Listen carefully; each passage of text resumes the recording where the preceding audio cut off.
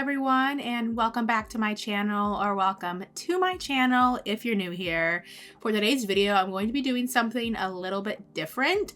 This is actually going to be a real-time cage cleaning. So as you can see right now, this is me cleaning the cage in literally real time. So sit back, relax, enjoy. This video is going to be almost an hour long, so if you have some cage cleaning to do, feel free to put this on in the background and we can sort of cage clean together.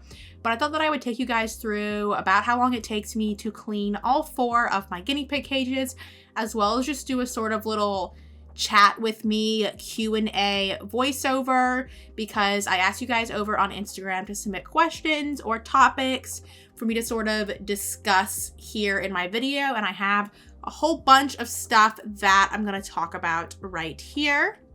So currently this is me cleaning my first cage in the pig room. I almost always start with this cage. I don't know why, but this is Cinnamon and Sage's cage, so it's home to my neutered boar and my female pair. So this cage is usually pretty easy to clean. You guys clearly can see me doing the process here. I'm not going to go too in depth about my cleaning process. I feel like watching me do it, you know, kind of shows you all what I do, but I am going to go ahead and get started on the questions that you guys submitted. So first off, someone asked me to discuss my future plans for the pig room. So as of right now, I don't really have any definite plans to like switch up the pig room or change it or renovate it or anything like that. I will be moving out of my current apartment this summer, so I am looking at places where I can hopefully have a larger pig room, ideally with wood floors. Having wood or like laminate flooring has been like something I'm like very passionately looking for when we move into a new place, because vacuuming the hay up off the carpet, I'm just sick and tired of it. Honestly, it takes me so long to vacuum the hay up off the carpet, and I just don't want to deal with it anymore. I would much rather sweep. So wood floors have been like a #1 priority for when I'm looking to move and for my future pig room. Honestly, in general, I love wood floors more than carpet. Carpet, it stains, it's harder to clean, the hay is everywhere. I really just prefer wood floors like 10,000%, to be honest. So definitely looking for that, looking for a bigger room, a room with windows, lots of sunlight like I have now. So those are all like future pig room plans, but as of right now, the room will probably stay like this until I move. There was one other layout that I had in mind for this room, but I also just don't know if I want to take the time to do another cage renovation, you know, tear apart all of these grids and all of these zip ties when I'm going to be moving again in a few months. So for now, the pig room will probably stay the exact same as it looks right now. So I got a couple questions about this, but sort of like, how do I manage schoolwork, YouTube, my pets, and how I balance school and everything, and like, do I ever get overwhelmed? The short answer is yes, I definitely get overwhelmed managing everything. For those of you who may be new here or who may not know, I currently have 7 guinea pigs, 2 rabbits.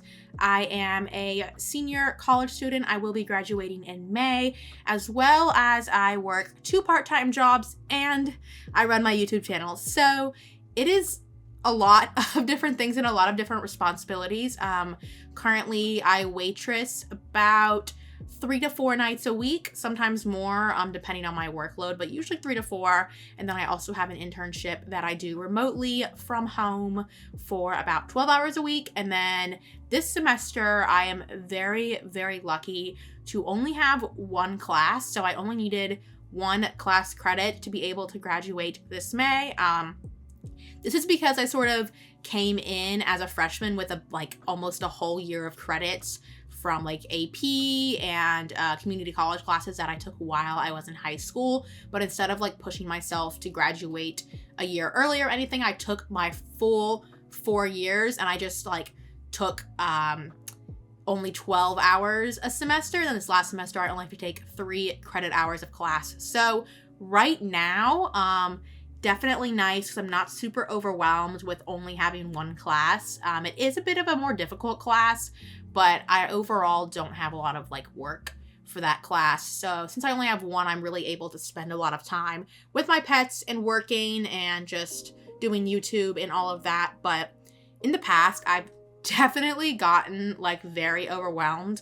I want to say probably last semester and the previous fall. So the past 2 falls, those course loads, I was taking 4 classes while working 2 jobs plus YouTube, same thing, waitressing and my internship. The first fall I was working at a grocery store prior to my waitressing job, and I swear I was working like 20 hours there plus my 12 intern hours. It's like 30 hours of work a week plus my YouTube doing that, plus caring for my pets, plus all 4 of my classes. And those semesters were really, really rough, to be honest. I mean, I'm the kind of person who I have like, I would consider like pretty high functioning anxiety. So like I'm generally a very anxious person, but I'm also a functioning anxious person, and that anxiety would really like motivate me to do stuff and to keep going. And it was honestly just like keep going and going and going and going. And I often got overwhelmed and I got burnt out, and you know, it obviously wasn't the best time, but I did manage everything. You know, all my classes are passed. I was making enough money to care for myself, to care for my animals. You know, I was caring for my animals. I was keeping up with YouTube and all of that. So it really, I don't have any like tips for people who are trying to manage all of that. I don't think I'm like the best example. I definitely put too much on my plate, and I like to keep my schedule super, super busy. So I just like keep going, because if I have a minute to like pause and take a break, that's when I'll start to overthink things, and that's when I'll start to get anxious. So with this semester and these past few months only having 1 class and having a lot more free time, I've been sort of trying to work on that and like work on my anxiety and like not feeling overwhelmed when I'm not like constantly doing something. It's definitely been a process, but this semester, like I said, I've had a lot less work overall and a lot more free time, and it's been really nice. It's also been an adjustment. I'm not used to having so much free time, and a lot of times I'm not used to, you know, being able to relax without feeling anxious or feeling like I should be doing something. So I think it's good for me right now to sort of have more free time, have more time to relax. That being said, I've been using a lot of that free time to like sleep in really late. So there's pros and there's cons, but the balancing part, it works different for every person. And I would say, you know, if you're trying to balance school and work and pets and everything, just find a schedule that works for you and set aside time to do your pet stuff or to do your work in a way that works with, you know, your hours and when you're most awake and when, sorry, just I was laughing at me banging this vacuum to get the hay unstuck, but just find a schedule that really works best for you and stick to it. And also, as a side note, guys, I know it looks really disgusting right here with all this pee just all over this cage. And the reason it looks like this is because I didn't put any fleece or anything underneath my litter box the previous week, and the pee just went straight over the edges of the litter box and just sat on the coroplast. And I was actually out of town, so I didn't like clean it, or like I wasn't around to clean it. I had a pet sitter and stuff, and I wasn't gonna ask her to lift up the litter box and, you know, clean these piles of urine underneath. That's really gross. So lesson learned, from now on I am going to be putting fleece underneath the litter boxes. The litter boxes are like 26 inches long and the cage is like 28, so they can like sort of pee right over the edge, and that's what happened here. It just like went underneath the litter box and just like sat there while I was out of town. So yeah, definitely make sure you always have fleece underneath your litter box unless it like literally touches wall to wall, because this smelled really bad and it was a pain to get off. So definitely going to be making sure that I put fleece underneath my litter boxes in the future.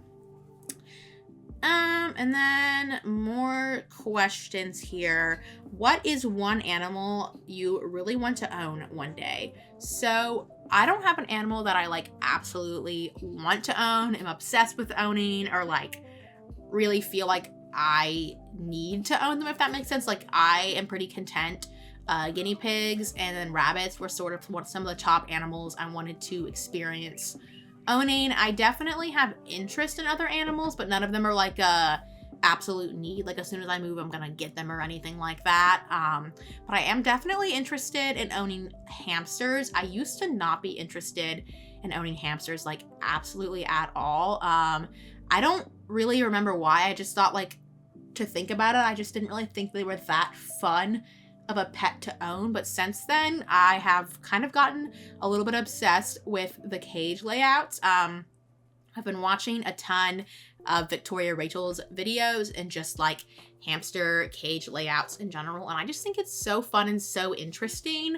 And as much as I love obviously decorating my guinea pig cages and experimenting with layouts there, I feel like hamster cages are just like the next level in terms of variety and like cage layouts and enrichment. You know, there's so much more I feel like you can do with them in terms of that. So that would kind of be like my top selling point for having a hamster, honestly, is the cage setup, which, you know, I think is actually not like a bad motivation, because a lot of times hamsters can be kind of antisocial and they're obviously nocturnal and they might not be, you know, super cuddly or used to humans or want to really interact with you. So like having a motivation to own a hamster outside of like interacting with the hamster, I think is probably actually the best outcome for that.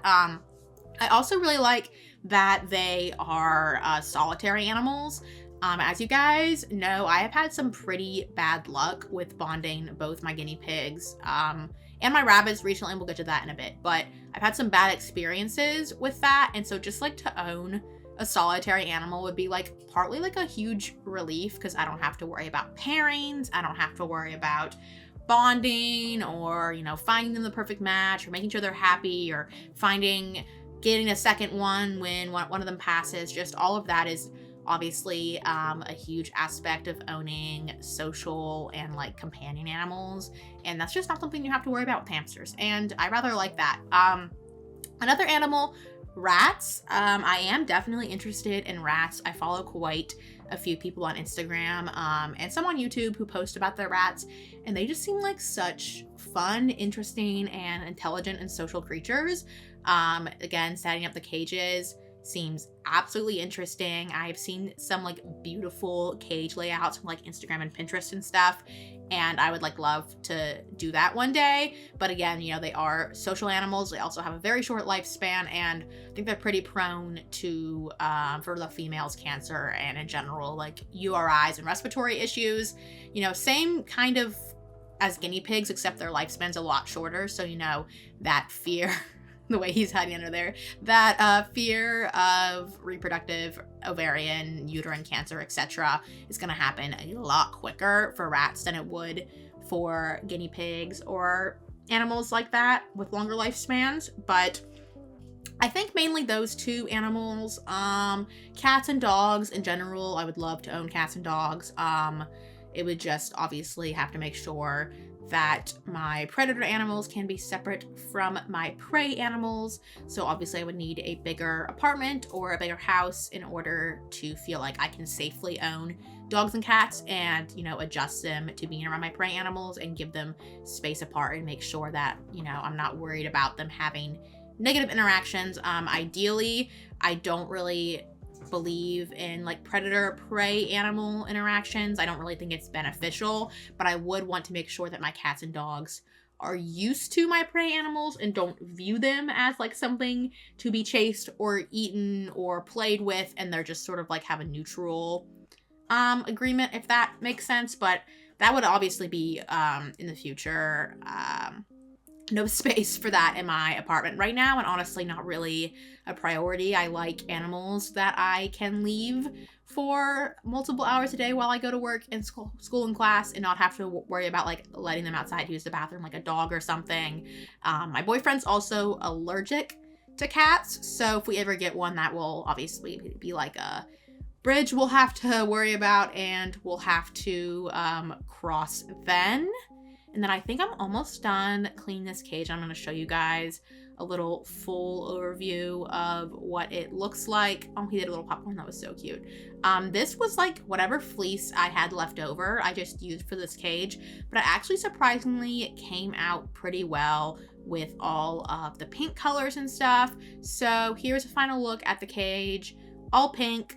Very me, always using pink for my cages. And then we're on to my trios cage. This is my herd of females, so I have 3 females in this cage. It's kind of equivalent to a little bit larger than a 2x8, about 21 square feet, I want to say.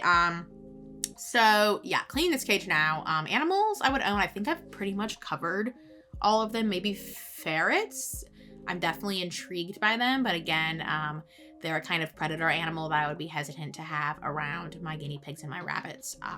So that would be in the future for sure. Let's see, other questions. Oh, what do you use to clean your cage? I probably should have touched on this when I was using my spray bottle, but I'm sure you guys saw I spray down the walls and the litter boxes and just everything in my cage, plastic. I clean the bunk beds, etc. I clean that all with a 50-50 white vinegar and water mixture. This is really the best thing you can use to clean your cages. White vinegar is going to be scent neutralizing. It's also very, very good at helping you get pee stains or any of that sort of off the walls of your guinea pig cage. And as you can tell, I have a high back wall in this cage and also in my other cage that has females. I'm going to be honest, guys, if you have females, I really recommend having a high back wall.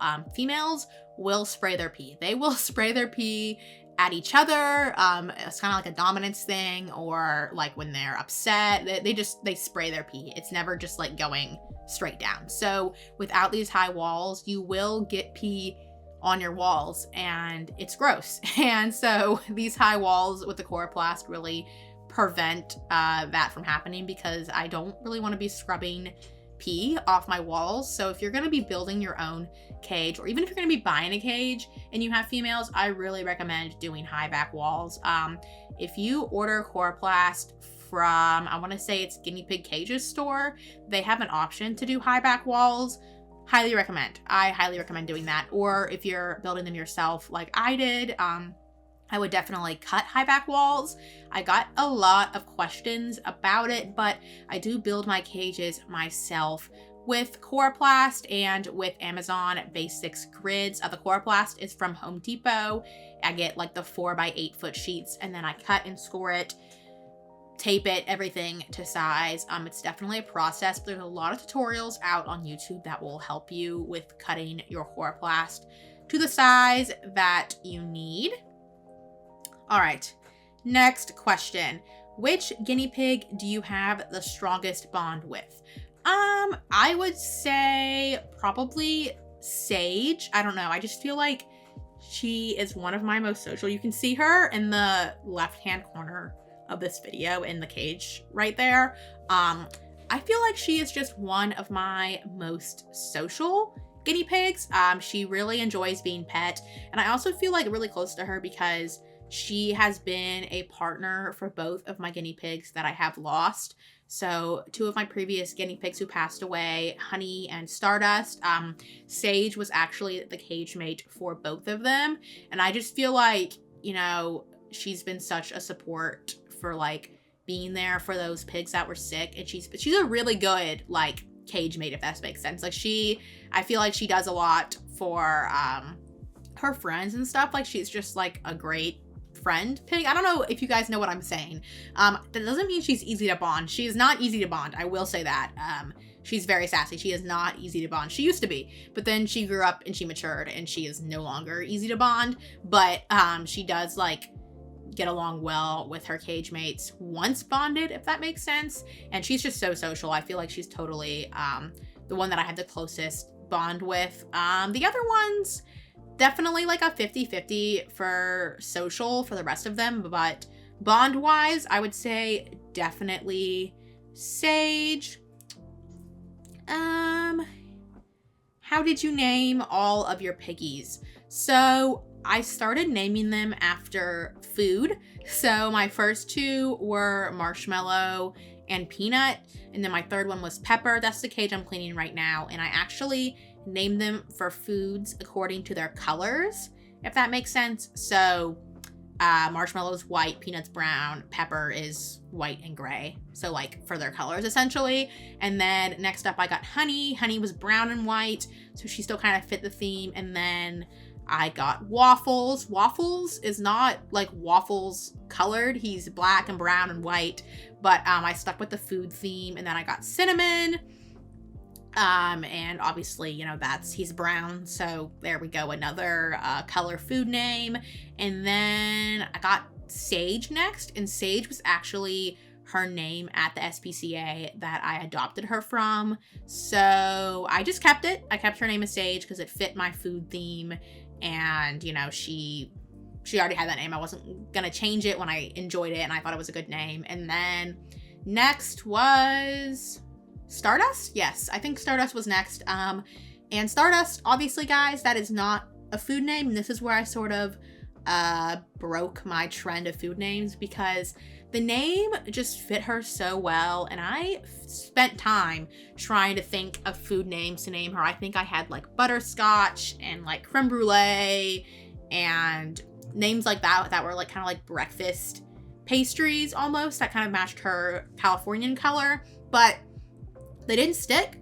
So she was Stardust, and then my food theme kind of stopped. And my next guinea pig, I named him Rocket. And yeah, the food names kind of stopped there. I don't know if I'll continue with them or we'll branch out. I'm not really sure. We'll see in the future. But originally food, and then from then on, just sort of whatever name I felt that was right. I'm I wouldn't say picky about names because I feel like my pigs, some of them have pretty basic names, like arguably Cinnamon and like Marshmallow and Peanut are like even Pepper, like those are all very common pet names. So I wouldn't say they're like unique or anything, but they do fit their personalities and they fit them very well. And that's super important to me, is that a name that really feels right. So from now on, it'll probably just be whatever name feels right, if that makes sense. Okay, next question. Moving on to stuff about bunnies. What to expect for new bunny owners? So, what to expect for new bunny owners? I feel like when I brought home my first two bunnies, Crow and Luna, I want to say, what was that, like a year and a half ago? About a year and a half ago.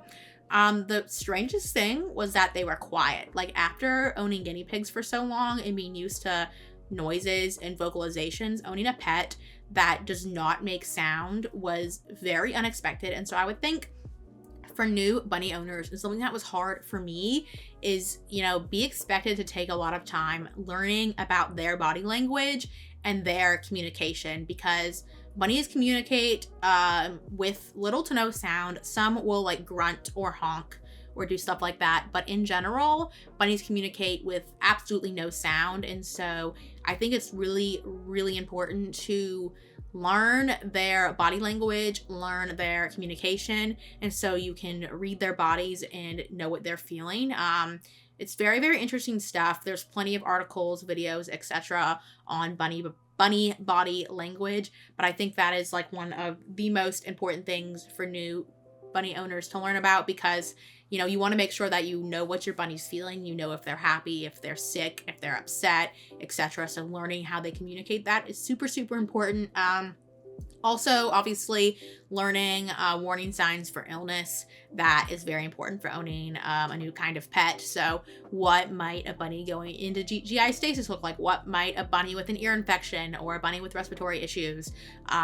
Also, very important, that obviously is similar to guinea pigs, but not completely, is like learn about their poop. Like it sounds kind of funny, but learn about their poop, learn what the different poops mean, shapes, colors, size, etc.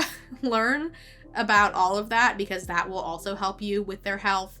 The rest of the bunny stuff that I could say is pretty much what any basic bunny intro care would say. You know, like obviously make sure you spay and neuter your rabbits. If possible, try to get your rabbit a friend. Rabbits are social companion animals. If you are a first-time bunny owner, I highly recommend adopting a bonded pair that is already fixed from a local rescue or from a rehoming situation. That is like the biggest piece of advice I can give to anyone looking to start owning rabbits. As you guys may know, I am currently in the process of bonding my 2 rabbits. So I'm currently in the process of bonding Luna with a new rabbit. That's currently happening. I'm gonna be honest, guys, bunny bonding is a mess. Like, I thought guinea pig bonding was hard, but guinea pig bonding is not hard until, like, it's not even comparable to bunny bonding. Like, it's nowhere near. Like, it's so much harder to bond bunnies. So being someone who hasn't owned bunnies before, who isn't familiar with their body language, etc., I totally recommend adopting an already bonded pair. Make sure they're both fixed as well. Bunnies should be fixed before they are bonded. And so if you adopt a bonded fixed pair, you are saving money on spays and neuters, and you're also saving time and stress and all of that on the bonding process. So I literally cannot recommend anything more for new owners than to adopt an already bonded pair of bunnies. Definitely, if you're looking to adopt bunnies, if you're in the US, go on to rabbit.org. That is the House Rabbit Society, and they have a bunch of lists of different House Rabbit Society chapters, different affiliated rescues, etc., where you can go to find a pair of already bonded bunnies. And I know people are, when they're looking for a new pet, you know, you feel like you find the perfect one, you really want them, but I really urge first-time bunny owners who are like shopping around to wait for a bonded pair. Like, wait for a bonded fixed pair. Like, I spent, I want to say 3 months or so searching for my original bonded pair, Luna and Crow, before I brought them home.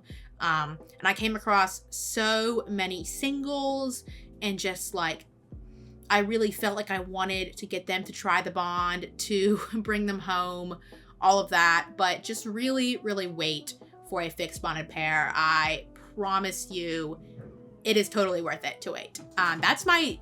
I don't know if you guys can hear the guinea pigs running around in the background right now, but that's my number 1 piece of advice for new bunny owners. And I think someone asked a question about my current bunny bonding set. Sorry, they are running in circles back there. How is the bunny bonding going? Why does it take so long for bunnies to bond? And then also I got a question like, why are the bunnies still separate, etc. Bunny bonding, just general questions about that. So I have begun the process of bonding my bunnies. I began the process last weekend, and I tried the 24/7 small space bonding method, and it ultimately did not work for my pair of bunnies, and I am now trying a different method as recommended by my rescue. I will be having a like full in-depth video that I'm going to be posting where I will like basically go over everything I did to bond my bunnies in retrospect, like what I think worked, what I think I should have done differently, etc. It's going. That's all I can say. It's a process, and I am currently in it, and it is currently one of the most stressful things I have ever had to do, like in relation to my pets. Like the most stressful, because bunnies, they can be vicious and they can hurt each other. Like, they can seriously injure each other. They are very complex creatures emotionally.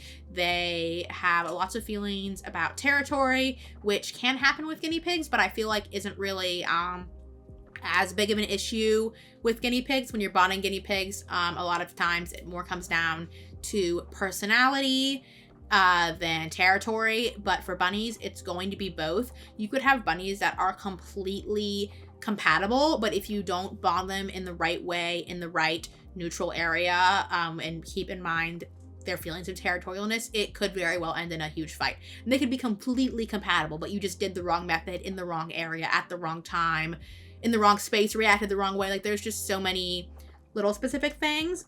So it's definitely been a journey. I feel like I will come out of this knowing a lot more about bunnies, whether the bond either succeeds or fails. Either way, I will have learned something. If the bond does not work out, the new bunny will go back to my rescue. He is currently a foster to adopt. So if the bond isn't going well, it's not working, I think, you know, they just aren't compatible, then he will go back to the rescue and they will try to match me up with another bunny to bond with Luna. Hopefully that will not happen. As of right now, I do think they have a chance at success. It's just not going to be an easy or quick process. It's just gonna take some time. So future updates about that. If you guys want more like real-time updates, please follow my Instagram at Autumn's Piggies. I share there like tons of real-time updates about bunny bonding, my pigs, my pets in general, etc. So if you're interested in learning more about that or keeping up in real time, check out my Instagram. And then let's see what other questions we have here. I feel like I'm a little bit out of breath. I've been like talking for like literally 30 minutes straight for this video, so I'm a little bit out of breath. It feels a little bit weird to talk to myself for so long. So if I'm rambling, that's because I'm literally talking to myself while watching a video of myself cleaning my own cages. Like, it's just just so weird. Like, I constantly get comments that are like, you repeat yourself so much, or like you say the same thing 10 times, you talk so long, whatever. And it's like, when you're talking to yourself in a room by yourself, staring at a microphone or camera, it is hard not to repeat yourself. Like, it really is hard to say something and move on, because you're just talking to yourself. Like, you're literally just talking to yourself for hours. So to anyone who's commented that, the reason I repeat myself is because I'm talking to myself. So, and until you've tried to talk to yourself in a camera for minutes on end, that's just how it is, to be honest. Let's see questions we have here. Pick the name for the new bunny yet. I have picked a name for him. I have not like officially announced it in any capacity because I want to make sure that their bond works well before I announce his name. But I have picked a name. I have been calling him by his chosen name, whatever. So if it works out, I will let you guys know what his name is, obviously. So we got 2 questions here sort of about guinea pig bonding, which I'm happy to talk about. I have had, gosh, I don't even know how many bondings, 7 or 8 guinea pig bondings I've done in the past few years. I would say about 50 to 60% success rate. It's my success rate, I think, is a lot lower than the average person. Could you talk about if you're bonding Cinnamon and Sage with the trio, or maybe what's happening with Rocket in terms of him getting friends and bonding with the group? So right now those plans are kind of up in the air. Like I mentioned at the very start of this video, this cage layout that I have in this room is currently working for the chosen groups that I have. And so if I were to rebond or to do bondings or whatever, I would have to really spend a lot of time shifting my groups around and redoing my cages. So the truth is, I'm not sure what I'm going to do. I do want to try the trio with either Cinnamon and Sage again to have a herd of 5, or try them with Rocket, who is neutered, to have a herd of 4. The reason I haven't tried with Rocket sooner, I'm not sure if you guys really saw, but he is side by side with Waffles. So Waffles and Rocket are my 2 single boars. Their bonding was one that failed. So they live side by side, they communicate through the bars, etc. Rocket is neutered because I do plan to bond him with girls in the future, so I went ahead and got him neutered while he was young. Waffles is about 5.5, so he is too old to be neutered. But if I were to bond, Marshmallow just did a little nip there.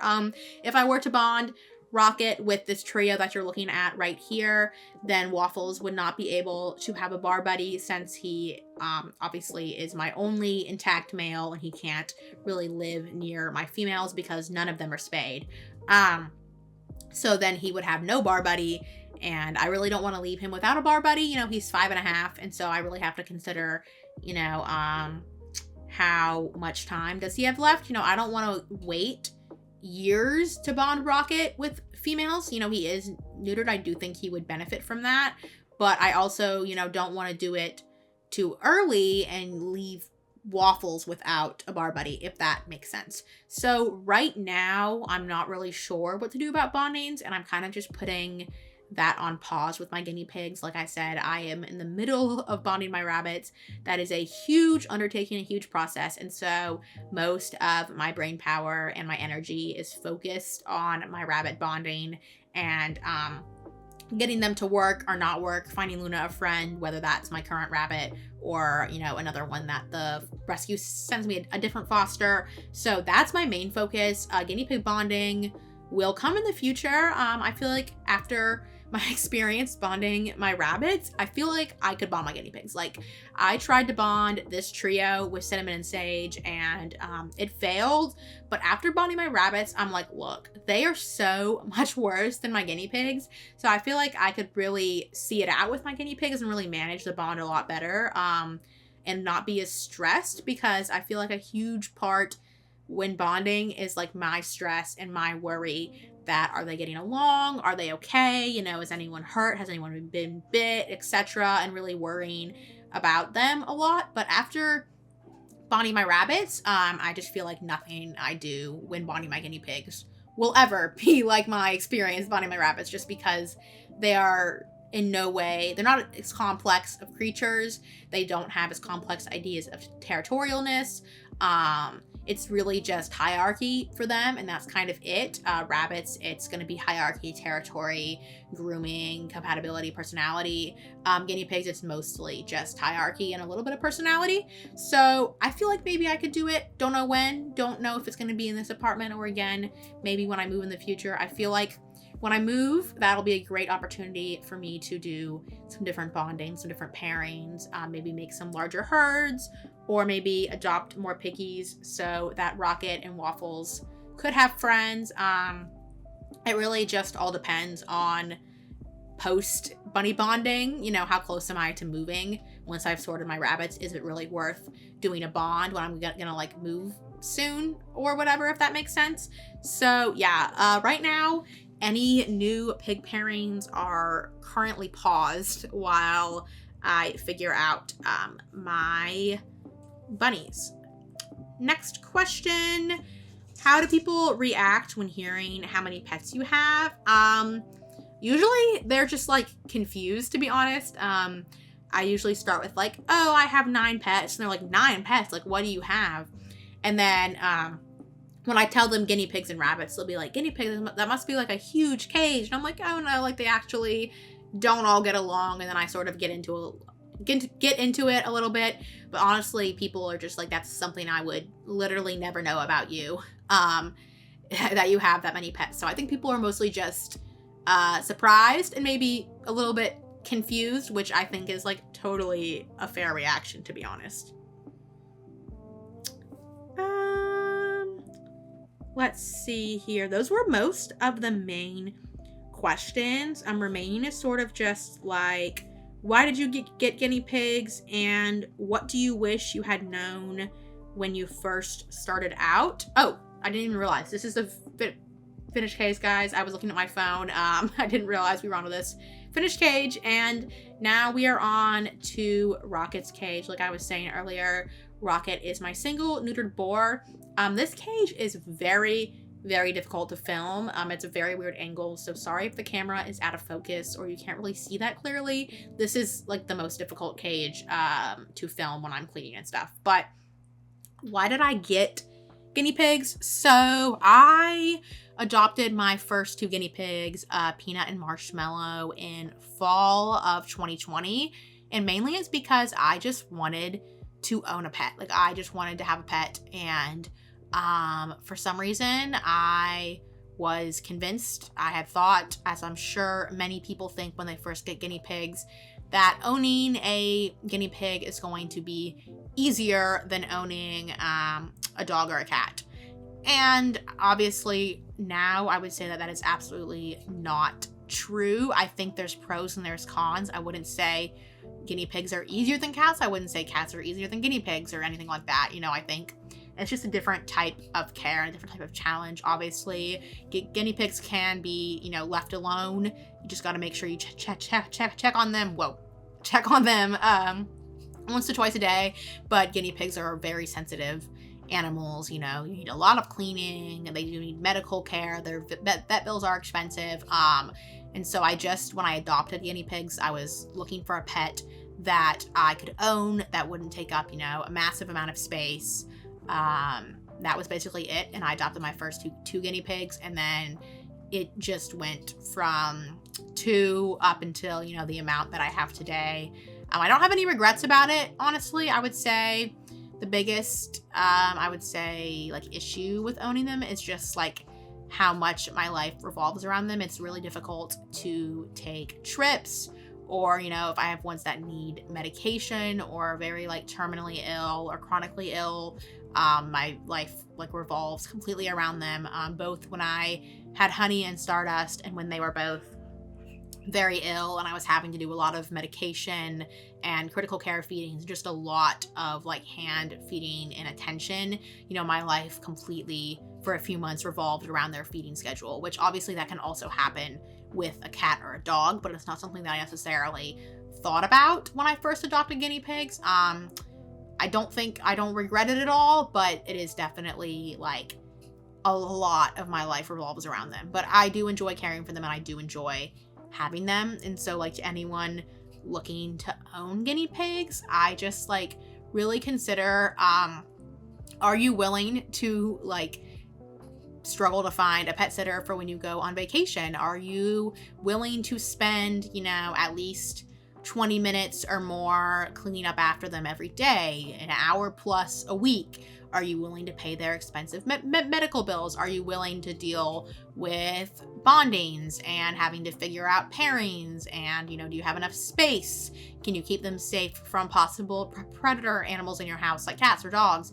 There's just so much involved, and I didn't really realize that when I first got them. I wouldn't say I necessarily like made any huge mistakes in my guinea pig care journey. That was another question I got, you know, did I make any big mistakes while owning them, or is there anything, you know, I think I did incorrect or that I would have done differently? Overall, not really. I adopted a pair, you know, and they were in a Midwest for a while, and then when they became adults, I expanded it. I had a third, etc. Their diet has always been pretty much okay. I don't really think there's anything major that I would change going back and looking at my care. I just think, obviously, being more aware of the vet costs, I would have loved to have known that. And that's why I'm very transparent about how much I spend on my pets. If any of you follow my Instagram, every single month I post every single dollar and every single cent that I spend on my pets, and I break it down into categories and I talk about it. And I'm just like a huge fan of financial transparency, and that would have helped me so much to know how much guinea pigs cost. Just to be aware, you know, before I went in and I adopted them.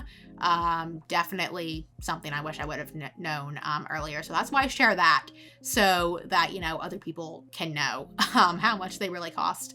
And then also just, I think, knowing that there were guinea pig rescues out there. I did get Peanut and Marshmallow from the pet store. Would not do that again. Do not recommend. I'm not going to go too in depth into why I don't really support getting guinea pigs from pet stores, but to sum it up, pet stores, big box chain pet stores, source their guinea pigs from breeding mills and unethical breeding, essentially, and I don't want to support that, and I don't want to purchase guinea pigs from a pet store, because that tells the pet store there is a demand for those guinea pigs, and that pet store will continue to supply them and continue to get them from these breeding mills. So Yeah, definitely wouldn't get guinea pigs from pet stores in the future. Definitely wouldn't have gotten them from there originally, but I just didn't know there was another option. I didn't know rescues literally existed. So yeah, I think that's pretty much it for things I would have done differently. Right now I'm cleaning Waffles' cage. Waffles is my messiest guinea pig. I actually do his cage a little bit different. So I do it like half bedding and then half bath mats, kind of split with a smooth transition to the bedding. Waffles does have arthritis, so he gets meloxicam every single day to sort of help with the pain of that. And I also think that doing this smooth transition from the bath mats to the bedding side and his litter box side is better for his joints. You know, he doesn't have to hop up into a litter box. It's just a smooth transition from bath mat to bedding.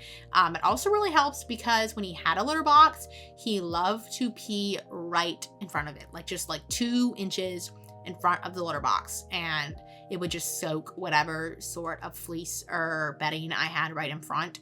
And since doing this method with the smooth transition, he really is better at peeing mostly in the bedding. So if you guys have messy guinea pigs, I realize this is a very unconventional way to do your cage, and it also is not the most aesthetic or like attractive way to have your cage, where the bedding is just sort of like slowly creeping across your cage and like getting everywhere.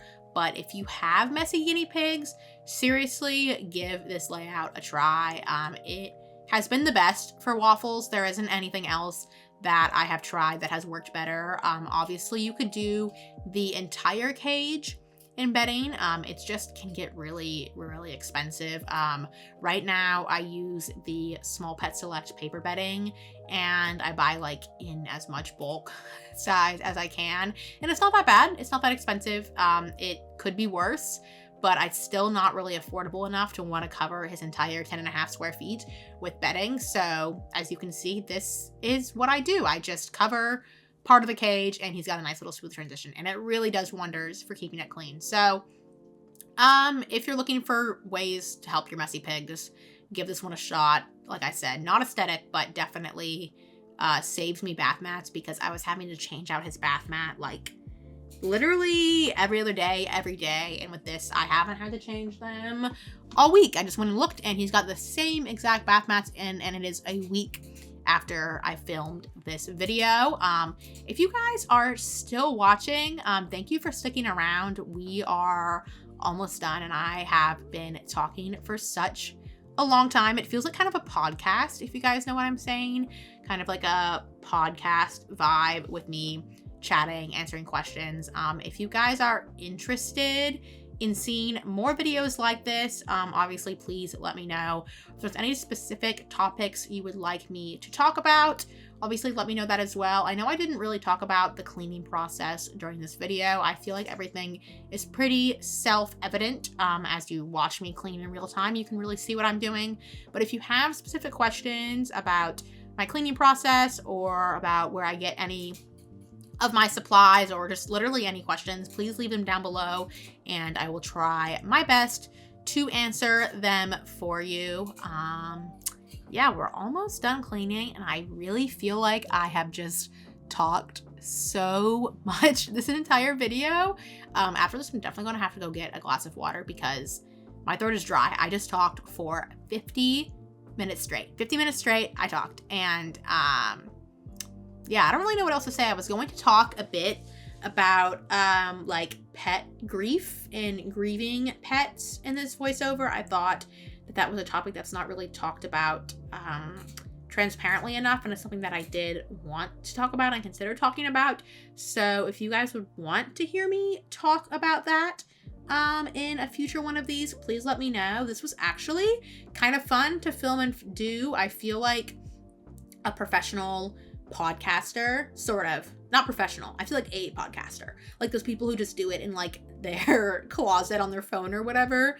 That's what I feel like. Definitely not a professional podcaster, but I do feel a little bit like a podcaster. So If you guys would want to, you know, have me do more of this, have me talk to myself in circles more, please feel free to request that, and I will try to do more of these videos.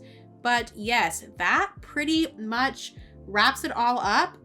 Thank you guys so much for watching. I hope you enjoyed. If you did, please leave a like and subscribe to see more of my content and possibly more of these videos. If you guys want to, I will try to do more. But thank you all so much for watching, and I will see you again soon with another video. Bye-bye.